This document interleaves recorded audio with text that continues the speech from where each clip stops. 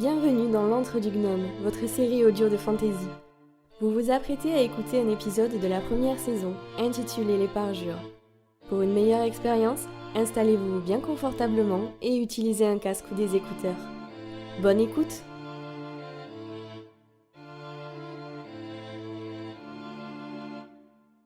Attention, ce programme peut contenir des scènes susceptibles de choquer les auditeurs sensibles. Il est déconseillé aux personnes de moins de 15 ans. Quelle bonne idée ces sacrifices d'orphelins. Ces sbires lui avaient apporté une cargaison en fin d'après-midi qui venait directement des quartiers les plus misérables. Dans le lot, un ou deux s'étaient révélés être des mages et on les avait envoyés dans un des temples où ils apprendraient à maîtriser leur pouvoir. Les petits vénards. Pour les autres, la plupart gisaient déjà dans la faille. Le hommage commençait d'ailleurs à se lasser quand arriva le tour d'une fillette. Blonde, les yeux bleus, la peau pâle. Elle avança jusqu'à lui en titubant. Chanvre et pavot, un mélange spécial afin que la marmaille se tienne tranquille. Alors que le mage guidait l'enfant vers le bord du précipice, des hurlements retentirent sur une terrasse voisine. Balord jeta dans leur direction un regard mauvais. Qui osait perturber son sacrifice ? Les cris furent néanmoins rapidement étouffés et le sorcier continua, un sourire malsain aux lèvres. Il se plaça derrière le tribut et lui releva le menton d'une main ferme. De son poignard rituel et dans un geste net, il lui trancha la gorge. L'enfant défaillit, mais il la maintint debout quelques instants, avant de la faire basculer avec théâtralité dans le gouffre de la créatrice. Homme, femme ou enfant, l'effet que ses offrandes lui procuraient était toujours le même. Une jouissance extrême, teintée d'une satisfaction grandissante. Bientôt, oui, bientôt, plus aucun commun n'arpenterait cette terre.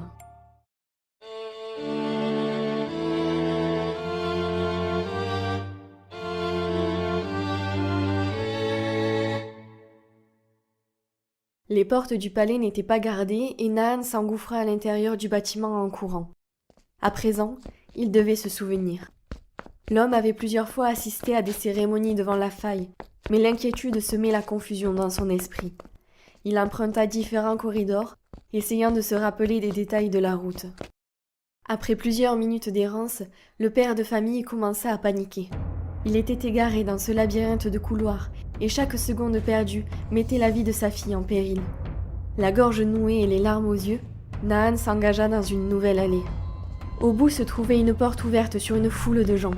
Son cœur battait la chamade. Il y était arrivé. Il parcourut les derniers mètres au pas de course et déboucha sur une terrasse bondée. L'homme joua des coudes pour atteindre la balustrade. Non. La plateforme où se dressait l'autel se situait sur la paroi d'en face, en contrebas de celle où il se tenait. Il regarda le hommage lever un long poignard, sa tunique et ses mains déjà maculées de sang. Balord se tourna, et c'est alors que Nahán aperçut une petite silhouette se diriger vers lui. Son souffle se coupa. La vie. Elle avançait tel un être dénué de raison vers son bourreau. Non, la vie! Je suis là! Fais demi-tour, mon ange! Elle ne l'entendait même pas. Nahán chercha une solution, observant rapidement les environs tout en continuant de crier. La vie! Il posa un pied sur la balustrade. Le gouffre n'était pas si large, il pouvait probablement y arriver. Avec l'énergie du désespoir, il s'élança dans le vide. Mais son saut fut avorté par une force contraire qui le ramena sans délicatesse sur la terrasse. L'homme tomba au sol, prêt à en découdre. Une jeune femme rousse se pencha rapidement sur lui et d'un ton sévère ordonna « Cessez de crier ou vous serez tué !» La colère monta en Nahán qui eut envie de lui vomir tout un lot d'insultes, mais elle reprit « C'est votre fille ? Je suis navrée. Nous ne pouvons plus rien pour elle maintenant. » L'homme se releva d'un bond et poussa la rouquine sans ménagement. Le hommage tenait la vie par le menton et posait sa lame sur sa gorge. Le souffle court, le père assista au triste spectacle. Le sang gicla sur ses magnifiques cheveux dorés. Elle défaillit, et Nahán s'élança en avant, comme s'il pouvait la prendre dans ses bras, mais la barrière retint son geste. Son cœur rata un battement, puis deux, puis trois. Le temps parut comme suspendu. Il ne respirait même plus, les yeux fixés sur son enfant qui perdait progressivement la vie. Il aperçut ses petites paupières se fermer sur les pupilles bleues qu'elle tenait de sa mère. Les larmes ruisselaient sur les joues de Naan, mais il ne parvenait pas à se détourner. Le corps de son bébé tomba dans la faille avec une lenteur extrême, et il lui sembla, à lui aussi, qu'il chutait. Dans un état second, l'homme ne sentit pas la main qui saisit son bras et le tira vers le couloir.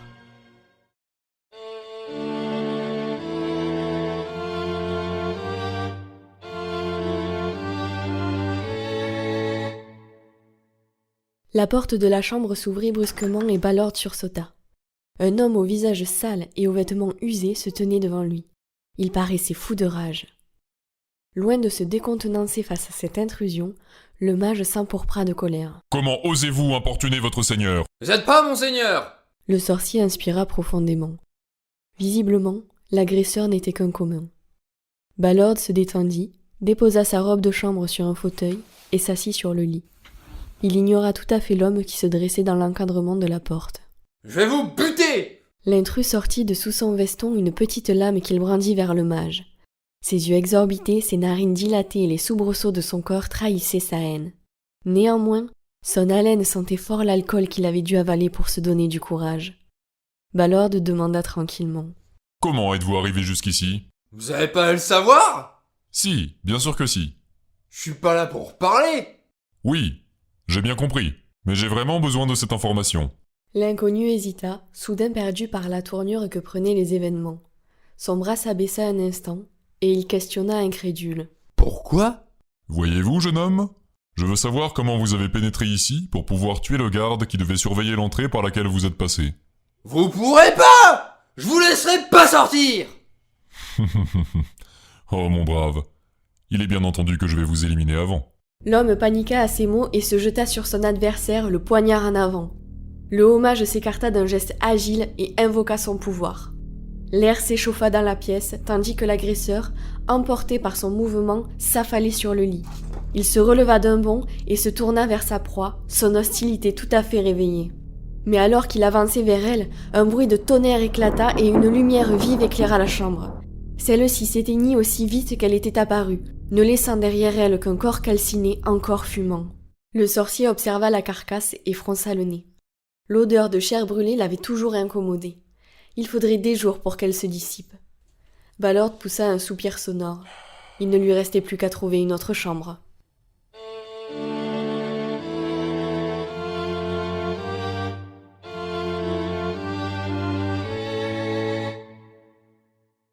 Le jour poignait à peine, mais les conseillers se tenaient déjà au garde-à-vous dans la grande salle. Ils avaient eu vent de l'incident de la nuit et se préparaient à une réaction violente et démesurée de leur souverain. Ce dernier entra en sifflotant, s'autorisant même un pas de danse. L'angoisse monta d'un cran. Les sorciers eurent des sueurs froides et l'un se trouva près de défaillir. La seule chose qui mettait le hommage de si bonne humeur était la mort. Après l'erreur de la veille et les nouvelles à venir, il risquait d'y en avoir beaucoup. Ballard prit place autour de la table et, tout sourire, indiqua aux autres de s'asseoir. Tous s'exécutèrent prestement. Ballard rompit le silence pesant, tout en gardant son air enjoué. « Ah, c'est une belle journée, vous ne trouvez pas ? Alors, quelles sont les nouvelles ? » Nous avons enquêté sur le trajet de l'individu, monseigneur. Ah, bien, bien. Et qu'avez-vous découvert ? Le rouquin déglutit. L'appréhension tirait ses traits et il torturait ses doigts sous la table. Il essaya d'articuler une réponse assurée, mais sa voix partit dans les aigus. Il semblerait, votre grandeur, qu'il soit passé par le jardin potager. Et où étaient les gardes ? Les gardes ont subi un sortilège d'endormissement. L'attitude gaie de Ballard se mua rapidement en stupeur, puis en colère. La mâchoire serrée, les yeux exorbités et l'écarlate aux joues, il darda sur le rouquin un regard furieux. Le conseiller évita tout contact visuel, espérant ainsi se protéger du courroux de son monarque. Le maître de la foudre prononça en découpant chaque syllabe l'horrible évidence. « Il y a des traîtres dans notre ordre. » Oh, oui. « Savez-vous qui ils sont ? » Nous ne les connaissons pas tous. En revanche, ô mage, nous savons qu'ils sont menés par Mila Gaven. La terrestre ? Oui, Seigneur. Ballard se leva et marcha un moment en silence. Il s'arrêta devant la fenêtre où il inspira profondément la brise matinale. Le ciel encore rouge promettait une belle journée. Il demanda en se retournant. Où est-elle? Nous l'ignorons. Il semblerait qu'elle se soit enfuie hier soir. Retrouvez-la alors! Mais, Votre Altesse, elle pourrait être partout. À nouveau, le regard perçant du maître se posa sur le conseiller. Il réfléchit un moment avant de recommencer sur un ton plus calme, mais plus sournois. Souhaitez-vous, mes chers amis, laisser des traîtres réduire à néant tous nos efforts? Oui, ils pourraient se trouver n'importe où. Mais ne sommes-nous pas les plus grands sorciers de tout l'Inusie? Ne sommes-nous pas capables de remonter la piste d'une vulgaire mage de la terre, et une femme de surcroît? Les sbires acquiescèrent, revigorés par l'entrain de leur monarque, sans toutefois se risquer à une quelconque effusion. Bien, maintenant que nous sommes d'accord, débusquez-les. Je veux voir leur tête sur des pics, et ces pics au milieu d'un bûcher. Bien, ô mage. Suspendez le corps du commun devant les portes du palais, et ceux des gardes avec, que ça serve d'exemple. Un silence glacial s'abattit sur la pièce. Les conseillers échangèrent des regards interrogateurs et inquiets. Enfin, Erto osa dire ce que tous pensaient. Monseigneur, avec tout le respect que je vous porte, les gardes n'y sont pour rien dans cette affaire. Pour rien? Tu te moques de moi? Ils ont failli à leur mission. Je veux voir leur misérable chair pendue à une corde. C'est clair? Oui, maître. Une dernière chose. À compter de ce soir, vous enverrez nos soldats exterminer la population. Cette histoire a déjà beaucoup trop traîné. Erto s'étrangla. Même s'il connaissait la névrose de son monarque, il n'avait jamais pensé que celle-ci aurait raison de l'ensemble des communs. Quelques milliers de morts, se disait-il, ça suffira à assouvir sa soif. Le sorcier n'aurait jamais cru que Balor irait jusqu'au bout. C'était pure folie. Il tenta alors, et comme à son habitude depuis des années, de minimiser les dégâts causés par les élans du hommage. Vous voulez déclarer la guerre, monseigneur? Je ne suis pas sûr que cela soit bien prudent. Nous risquons beaucoup de pertes, et... Un éclair traversa la salle avec fracas, éclatant un morceau de l'épais mur de pierre. Erto s'enfonça sur sa chaise. L'expression du hommage ne laissait aucun doute sur ses intentions. Il susurra entre ses dents à la manière d'un serpent perfide. Ton insolence m'a coûté une table et un mur, maître du feu. Mais je suis raisonnable. Je te laisse une dernière chance. Si j'apprends que tu as désobéi à mes ordres, je te promets de te mettre moi-même sur une pique, et je ne prendrai pas la peine de séparer ta tête de ton corps avant ça.